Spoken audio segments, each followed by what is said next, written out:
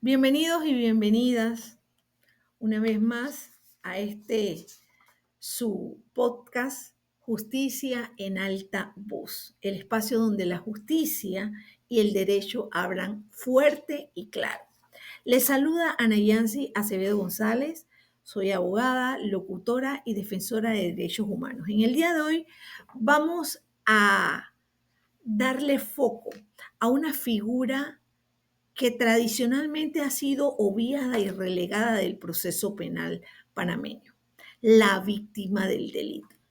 Vamos a empezar en este episodio por conocer quién es la víctima del delito. La víctima del delito, conforme a la Ley 31 de 1998, que trata precisamente sobre la protección de las víctimas del delito, define que víctima del delito es toda persona que recibe, que ha sufrido daño, ya sea de índole física, psicológica, emocional o económica en razón o producto de el hecho punible, el hecho delictivo. En ese sentido, también es importante conceptualizando que también puede ser considerado víctima aquel familiar, aquel dependiente de la víctima directa, en el caso de que aquella no pueda ejercer sus derechos o que aquella haya fallecido o se encuentre en una situación discapacitante. Esos familiares, esos dependientes, también son considerados víctimas del delito. Aparte de la ley 31, ¿verdad? Que hemos hecho referencia, también la ley 16, que precisamente 16 de 2004, que también precisamente establece medidas de protección para personas por delitos de trata de personas y delitos de explotación sexual de menores, establece, pues, como ya hemos señalado, medidas de protección a las víctimas. Igual situación ocurre con la ley 82 de 2013, la conocidísima ley de femicidio, que establece medidas de protección, que establece medidas de prevención con la finalidad de erradicar la violencia en las mujeres y que también reforma el código penal, ¿verdad? Entonces, en ese sentido, la ley 82 establece también medidas de protección. Y finalmente también podríamos señalar como una ley que establece medidas de protección, la ley 79 de 2011, que guarda relación con los delitos de trata y actividades conexas, ¿no? En ese sentido, más allá de la lectura, del conocimiento de los cuerpos legales antes mencionados, no podemos perder de vista el Código Procesal Penal, el cual fue instituido a través de la Ley 63 de 2008 y que en su capítulo quinto, ¿verdad? Establece en los artículos del 331 al 338, establece una serie de medidas que van desde protecciones a la integridad física, emocional de las víctimas, protección, medidas de protección destinadas a salvaguardar las propiedades, el ambiente, y en materia directa de protección a las víctimas, queremos señalar que básicamente establece un número plural de posibilidades tendientes a proteger a esas víctimas, con la finalidad de evitar esa revictimización, esa afectación adicional hacia la víctima, ¿no? Entre ellas es importante señalar que las víctimas también tienen derecho a recibir apoyo de las autoridades policiales, también tienen derecho a evitar ser amenazadas, coercionadas durante el transcurso del proceso, ¿no?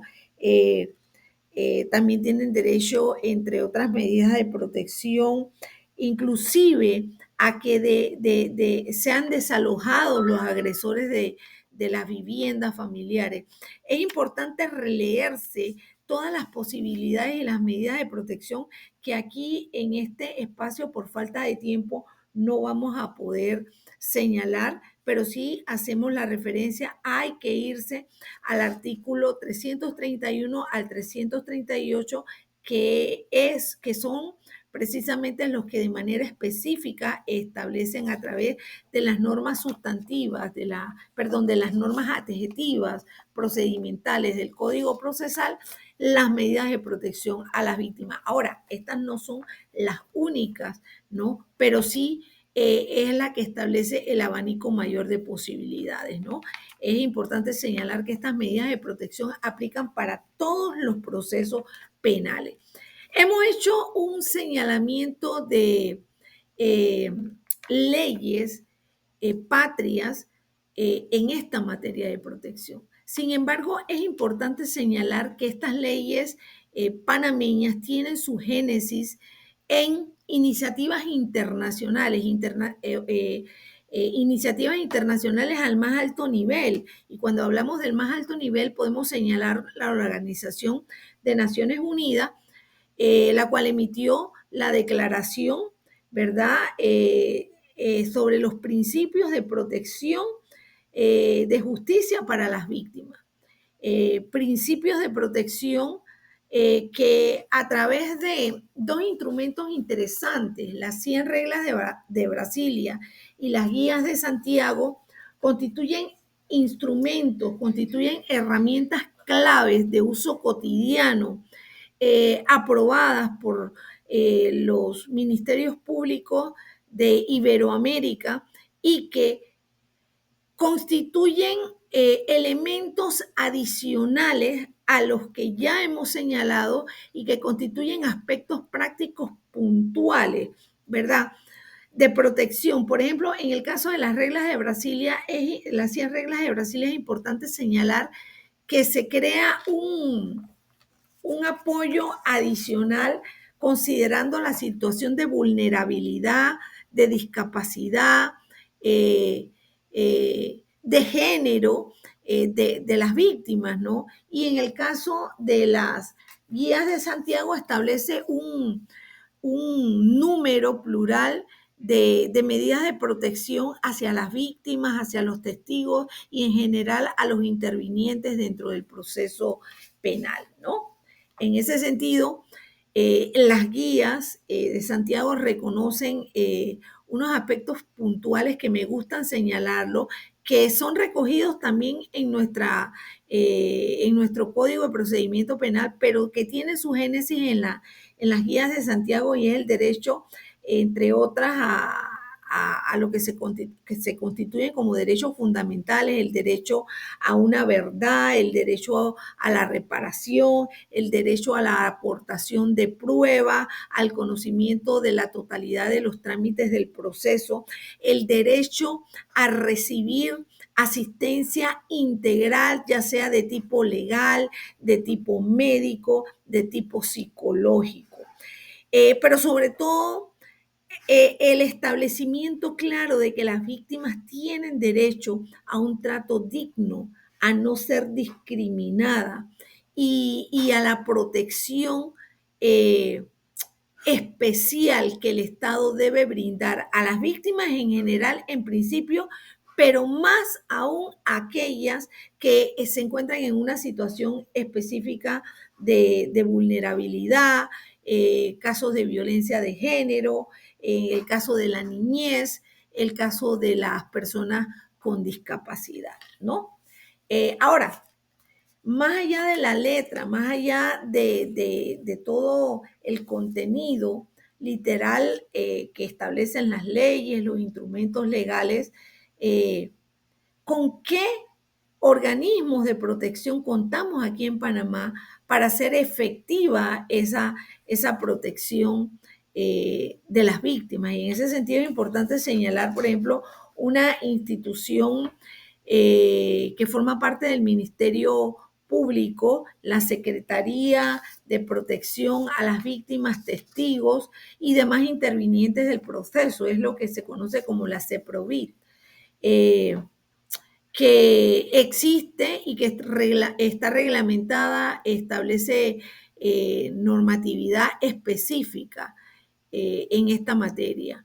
Sin embargo, para los litigantes, tal vez la institución más conocida en materia de protección a las víctimas lo constituye la unidad de atención a víctimas, lo que es la testigos, peritos y demás intervinientes, lo que es la UPAVIT, que tiene entre sus principales funciones el brindar un acompañamiento legal, médico, psicológico durante todo el transcurso del proceso a las víctimas. Como abogados sabemos lo importante que es el papel que desarrollan estas unidades de atención a víctimas y sabemos que pese a tal vez las buenas intenciones, a tal vez las normativas aplicables a estos casos, en realidad se tienen muchísimas carencias, carencias de índole presupuestario, de índole logístico, de índole a veces hasta de funcionarios no comprometidos, de funcionarios que muchas veces le falta el aspecto empático necesario y sobre todo a veces el conocimiento de entender las situaciones que las víctimas atraviesan, sus circunstancias propias del caso y del delito, ¿no? Entonces, estas son situaciones reales y cuya solución constituyen desafíos pendientes y metas que deben ser logradas dentro de poco tiempo, porque en realidad cada vez surgen más víctimas, cada vez nos encontramos con situaciones que a los abogados y que a la sociedad en general nos llenan de mucha angustia. ¿Cuántos casos, cuántas mujeres, cuántas víctimas no han perecido a manos de sus agresores en circunstancias terribles y que era lo único que tenían en su haber, una medida de protección escrita que poco o nada les ayudó frente a las situaciones productos de la violencia, ¿no? Así que pues dentro de nuestro rol, de nuestra labor como abogados, tramitantes, conocedores de la materia, pues hacemos un llamado a la reflexión, hacemos, si bien un gran reconocimiento a lo que se ha logrado, a que entendamos que todavía falta muchísimo por hacer, muchísimo, porque definitivamente que las víctimas tienen derecho a un acceso a una justicia sin barrera, una situación que realmente en la actualidad, pese a los logros a los que ya hemos hecho referencia todavía, pues no hemos llegado. Así que yo me quedo con la reflexión a no olvidar nunca de que la revictimización, el miedo, el temor a las denuncias, la falta de protección policial, la falta de compromiso del Estado por resolver estos problemas eh, constituyen taras que tenemos que resolver. Así que me quedo con esto, me quedo con esta reflexión. Todavía hace falta bastante, bastante por hacer y que quede claro que si bien es cierto, ya las víctimas no son los entes invisibles del pasado reciente de la legislación penal panameña, todavía queda mucho, mucho por hacer, sobre todo enfocada precisamente en esas víctimas que tienen derecho a una justicia centrada a su favor. Ya sin más, nos despedimos agradecidas por la presencia. A los que nos siguen les pedimos que nos compartan y sobre todo a que estemos claros en que los derechos no deben, el derecho ni la justicia debe ser escondido ni susurrado. El derecho, la justicia deben ser expuestos en alta voz, en clara voz, a pleno pulmón. Muchísimas gracias. Nos vemos en el próximo episodio.